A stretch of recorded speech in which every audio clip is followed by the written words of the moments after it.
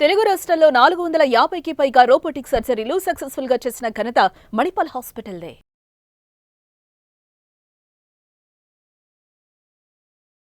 Suman TV ప్రేక్షకులకు నమస్కారం. నా పేరు doctor Mohan Vamshi, chief surgical oncologist, Omega Hospitals, Gachibowli, Hyderabad.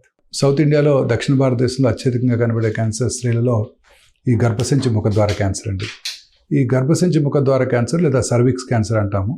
ఈ సర్వైకల్ క్యాన్సర్ ఈ మన కోస్టల్ ఏరియాస్లో ఆంధ్రప్రదేశ్, తమిళనాడు, ఒరిస్సా తీర ప్రాంతాల్లో హ్యూమిడ్ ఎన్విరాన్మెంట్లో human papillomatous virus HPV virus ఎక్కువగా వ్యాప్తి చెంది ఈ సర్వైకల్ క్యాన్సర్ అవడానికి దోహదం చేస్తుంది అనమాట. ఈ సర్వైకల్ అంటే it's a cause and effect relation.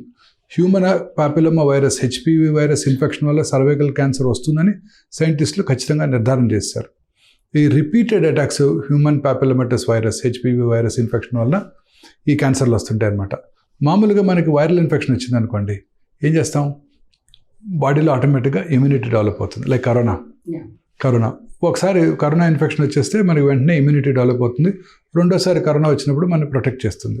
ఈ హెచ్పివి వైరస్ ఎంత స్మార్ట్ వైరస్ అంటే ఇది ఆ గర్భసంచి ముఖద్వార సెల్స్ లోపల ఉంటుంది. లోపల ఉండటం వలన బాడీ యొక్క ఇమ్యూన్ మెకానిజమ్స్కి అది కనబడదు. అంటే బాడీ తన ఇమ్యూన్ మెకానిజమ్స్ని ఆ వైరస్కి అగెన్స్ట్గా పెంచలేదన్నమాట. సో ప్రతిసారి ఇన్ఫెక్షన్ వచ్చినప్పుడల్లా ఆ ఇంట్రా సెల్యులర్గా ఉంటుంది వైరస్. ఆ తర్వాత ఇమ్యూనిటీ డెవలప్ అవ్వదు.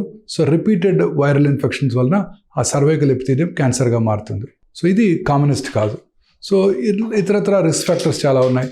Generally people belonging to poorer sections of the society, పేదవాళ్ళలో ఈ హైజీన్ అంటే పీరియడ్స్ టైంలో పరిశుభ్రత పాటించకపోవటం వలన వీళ్ళలో ఈ క్యాన్సర్ వచ్చే అవకాశాలు ఎక్కువగా ఉంటాయి. వైరస్ ఎక్కువగా వ్యాప్తి చెంది, అలాగే పిల్లలు ఎక్కువగా ఉంటేను, తర్వాత ఇదే కాకుండా కొన్ని రకాల డ్రగ్స్ అంటే ప్యూబర్టీ టైమ్స్లో కొన్ని హార్మోన్ డ్రగ్స్ తీసుకునే వాళ్ళు కూడా ఇది కామన్గా చూస్తుంటాం.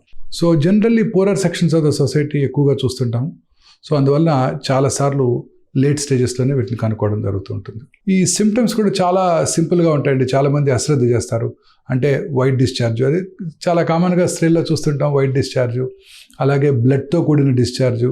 చాలాసార్లు ఇది పెయిన్లెస్గా ఉండటంతో చాలామంది స్త్రీలు నెగ్లెక్ట్ చేస్తుంటారు. ఈ సిమ్టమ్ని చాలా కామన్గా చూస్తుంటారు, చాలా కామన్గా తగ్గిపోతుంది అని అశ్రద్ధ చేస్తుంటారు. అందుకే చాలామంది లేట్ స్టేజెస్లోనే ఈ క్యాన్సర్తో డయాగ్నోస్ చేయబడతారు.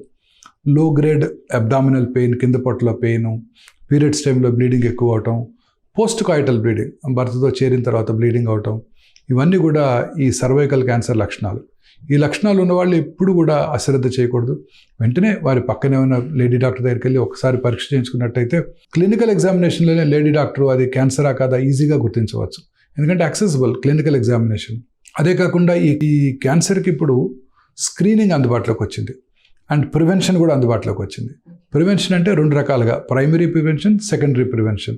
ప్రైమరీ ప్రివెన్షన్ అంటే హెచ్పివి వైరస్కి మనకి ఇప్పుడు వ్యాక్సిన్ అందుబాటులోకి వచ్చింది. ఇన్ఫ్యాక్ట్ ఈ సంవత్సరం బడ్జెట్లో దానికి ప్రొవిజన్ కూడా చేయబోతున్నారు. మన మొత్తం భారతదేశంలో ఉన్న యంగర్ విమెన్, ఆడపిల్లలందరికీ కూడా ఈ వ్యాక్సిన్ గవర్నమెంటే అందజేస్తుందని గత పార్లమెంట్ మీటింగ్లో ఫైనాన్స్ మినిస్టర్ గారు ప్రపోజ్ చేశారు కూడా. ఈ వ్యాక్సిన్ ఇప్పుడు ఇండియాలో కూడా తయారు చేయడం జరుగుతుంది. తద్వారా మనకి తక్కువ కాస్ట్లో అందుబాటులోకి వస్తుంది. ఈ వ్యాక్సిన్ ఇవ్వటం వల్ల ఈ క్యాన్సర్ని మనం స్మాల్ పాక్స్ని, పోలియోని ఎట్లా ఎరాడికేట్ చేసామో ఈ క్యాన్సర్ని కూడా పూర్తిగా ఎరాడికేట్ చేయడానికి అవకాశం ఉంది. యాజ్ సచ్ ఈ క్యాన్సర్ ఇన్సిడెన్స్ తగ్గుతోంది. భారతదేశంలో 2010లో 150,000 మంది ఈ క్యాన్సర్ బారిన పడినట్టయితే 2022లో ఓన్లీ 62,000 మంది ఈ క్యాన్సర్ బారిన పడ్డారు. At the same time breast cancer incidence ర్యాపిడ్గా పెరిగిపోతుంది. సో సెకండరీ ప్రివెన్షన్ ఏంటంటే ఈ క్యాన్సర్కి ప్రొలాంగ్డ్ ప్రీ క్యాన్సరస్ ఫేజ్ ఉంది. అంటే రెగ్యులర్గా స్క్రీనింగ్ చేయించుకోవడం ద్వారా ఈ క్యాన్సర్ రావటాన్ని ముందుగా పసిగట్టవచ్చు. క్యాన్సర్ రాకముందే గుర్తించి తగిన చర్య తీసుకుంటే క్యాన్సర్ రాకుండా చేయవచ్చు. Breast cancer, ovarian cancer, prostate cancer మనం స్క్రీనింగ్ చేసినట్టయితే క్యాన్సర్ని వచ్చిన తర్వాత అర్లీగా గుర్తించవచ్చు. కానీ సర్వైకల్ క్యాన్సర్ అలా కాదు. మనం స్క్రీనింగ్ చేసుకున్నట్టయితే క్యాన్సర్ని రాకుండా చేసుకోవచ్చు. So this is secondary prevention. ఈ రెండు రకాలుగా మనం ఈ క్యాన్సర్ని పూర్తిగా రూపుమాపడానికి అవకాశం ఉంది. కొంచెం ప్రజల్లో కొంచెం జాగ్రత్త, అవగాహన అవసరం అన్నమాట. ఇది చాలా సింపుల్ అండి. ఈ క్యాన్సరు అర్లీ స్టేజ్లో కనుక గుర్తించినట్టయితే సర్జరీ చేయడం ద్వారా ఈ క్యాన్సర్ని పూర్తిగా క్యూర్ చేయవచ్చు. లేట్ స్టేజ్ 2B, 3 and 4లో గుర్తించినా కూడా రేడియేషన్, కీమోథెరపీ ద్వారా ఈ క్యాన్సర్కి గుడ్ లైఫ్ ఇవ్వడానికి అవకాశం ఉంటుంది. ఈ సర్జరీ కూడా ఇంతకు ముందుగా పెద్దగా కోత కోసి సర్జరీ చేయడం జరిగేది. ఇప్పుడు చక్కగా మినిమల్లీ ఇన్వేజివ్ పద్ధతిలో, అంటే కీహోల్ పద్ధతిలో ఈ సర్జరీ చేయడం ద్వారా చాలా ఈజీగా పేషెంట్కి ఎటువంటి ఇబ్బంది లేకుండా తొందరగా రికవర్ అయ్యేటట్టు చేసే అవకాశం ఏర్పడింది. అంటే ఈ కీహోల్ పద్ధతిలో చేసినప్పుడు దాన్నే లాప్రోస్కోపిక్ సర్జరీ అని కూడా అంటాం. మనం కంటితో చూసిన దానికన్నా ఈ మ్యాగ్నిఫైడ్ ఇమేజెస్, ఈ హైలీ సెన్సిటివ్ కెమెరాస్ వాడినప్పుడు 10 to 16 టైమ్స్ మ్యాగ్నిఫైడ్ ఇమేజ్ మనకి మన ఆపరేషన్ రూమ్ స్క్రీన్లో కనబడుతున్నప్పుడు సర్జరీ చేయడానికి కూడా ఈజీగా ఉంటుంది. క్యాన్సర్ వచ్చిన భాగము అది ఎక్కడికైతే పాకటానికి అవకాశం ఉందో లింఫ్ గ్లాండ్స్ అన్నీ కూడా చాలా యాక్యురేట్గా ఐడెంటిఫై చేయడానికి కూడా అవకాశం ఏర్పడింది. తర్వాత పోస్ట్ ఆపరేటివ్ కాంప్లికేషన్స్ కూడా పూర్తిగా తగ్గడానికి కూడా అవకాశం ఏర్పడింది.